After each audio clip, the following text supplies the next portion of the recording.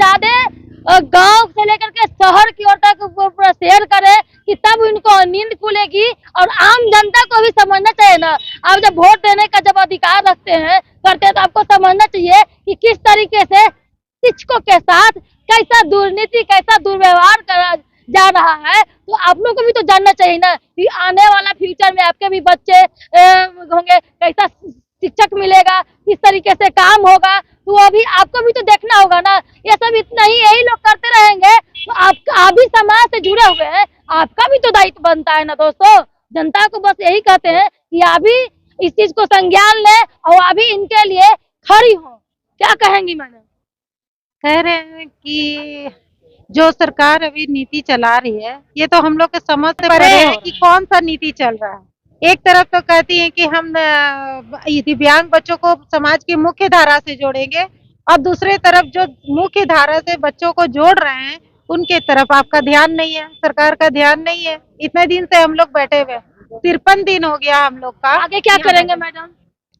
आगे हम लोग आपस में विचार कर रहे हैं कि अब लगता है कि शांतिपूर्ण तरह से हम लोग को धरना देने से बातें बन नहीं रही है। अब हम लोग को नई कुछ योजना बनानी पड़ेगी और उस योजना के तहत हम लोग जब कार्य करेंगे तब आप लोग भी मीडिया वाले लोग भी देखेंगे। क्या करेंगे आप? क्या होगा आपका जो इतना शांतिपूर्ण से धरना प्रदर्शन यहाँ पर कर रहे हैं लेकिन सरकार कोई सुनवाई नहीं करेगी, क्या करेंगे? हम लोग भी अब उग्र ही होंगे, सरकार की हर बात माने, एसपीडी की हर बात को माने। जो भी कार्य हम लोग के द्वारा करवाया गया वो सारे कार्य को किए, फिर भी सरकार को समझ में नहीं आ रही है कि जो दिव्यांग बच्चे को समाज के मुख्य धारा से नहीं जोड़ा गया था उन बच्चों को समावेशी कर्मी ही विद्यालय तक पहुंचाएं, उनके अभिभावक को परामर्श किए, सारी बातों से अवगत करवाएं। उसके बाद भी सरकार को समझ में नहीं आ रही है तो हम लोग को उग्र ही होना पड़ेगा। क्या करेंगे मैडम? हाँ, इतना दिन से हम लोग इतना शांति से बनाए बैठे हैं, इतना विचार हो रहा है हम लोग के पास, साथ से कोई आज तक पूछने तक नहीं आए कि हम लोग क्या कर रहे हैं, किस लिए बैठे हुए हैं। तो आगे रणनीति तो हमारा उग्र होगा ही ना। इतना दिन आज हो गया, 53वां दिन हो गया। आगे तो हमारी मांग ज्यादा भी नहीं है, बस एक ही मांग है, बस सामंजस्य है। क्या करेंगे आप? क्या करेंगे जब आपका पूरा नहीं कर रही है सरकार? इतना दिन से बैठे क्या करेंगे आप? सरकार से तो हम लोग बहुत परेशान हो चुके हैं। लास्ट में हम सोचे हैं कि कटोरा लेके भीख मांगेंगे और जो है ना उससे भी नहीं होगा तो आत्मदाह करेंगे। क्या करेंगे? हम आगे की रणनीति के लिए हम प्रयास कर रहे हैं कि जो है कि सरकार के बीच जाएंगे और उनके धरना प्रदर्शन को उग्र करेंगे, तेज करेंगे। आपको क्या लगता है? सत्य अहिंसा के पुजारी महात्मा गांधी ने भी कहा था कि करो या मरो। हम उस स्थिति में पहुंच गए हैं। सत्ता की खटिया खड़ी और बिस्तर गोल कर देंगे, हम में वो दम है। और तो और हम लोकतंत्र में जितने लोकतांत्रिक हैं अधिकार, उनके तहत हमारी बातों को नहीं माना जाएगा। हम सीएम के आवास को घेर लेंगे, विधानसभा को नहीं चलने देंगे, सड़कों को जाम कर देंगे और क्रांति की ज्वाला बहा देंगे। पटना को हम लोग पटना में राजनेताओं को बाहर निकलने नहीं देंगे। क्या करेंगे आप? सबसे पहले तो मैं आपको धन्यवाद देना चाहूंगा। उसके बाद क्या करना है, सुभाष चंद्र बोस ने भी कहा था कि तुम मुझे खून दो, मैं तुम्हें आजादी दूंगा। तो हमारे जो नेतृत्व करता है, हमारे जो प्रदेश अध्यक्ष हैं मनोज जी की अध्यक्षता में, हम लोग सारे बलिदान देने के लिए तैयार हैं।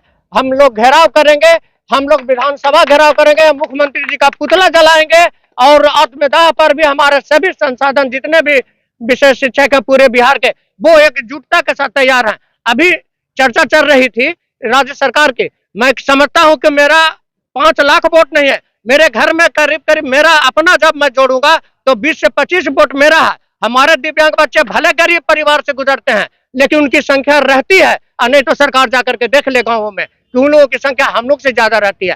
तो कम से कम 15 से 20 लाख वोट को मैं प्रभावित करने का क्षमता रखता हूँ। हमारे पूरे बिहार के जितने भी शिक्षक हैं, 15 से 20 लाख के वोट, यदि वो वोट की राजनीति पर उतरेंगे तो उनको इस साल हार की मुंह देखना पड़ेगा।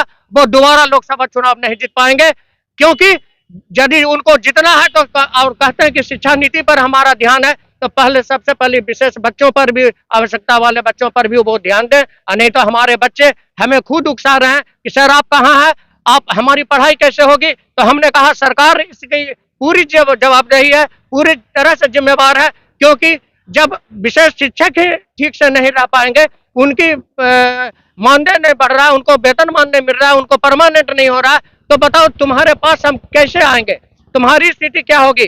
तो सरकार को मैं ये कहना चाहूंगा कि पहले हमारे जितने भी दिव्यांग बच्चे हैं उनको आप 400 जो रुपया झूठ मूठ दे रहे हैं, अदर स्टेट में जाइए 2500 है, 1500 है, इसकी आप क्यों नहीं बढ़ा रहे हैं। इन लोगों को 1500 कीजिए और इसके जितने भी शिक्षक उनको आप परमानेंट कीजिए, तभी हम लोग यहाँ से हटेंगे, वरना हम लोग आत्मदाह किसी भी राह को पकड़ने के लिए तैयार हैं।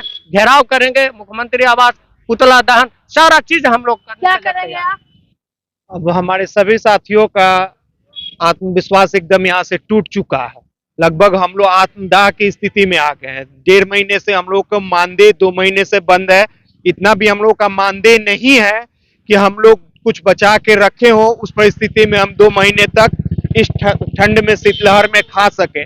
आज जो भी हमारे मित्र हैं इसमें 1900, उनके एक एक पैसे का खर्च हो चुका है। आज सबका हाथ खाली हो चुका है।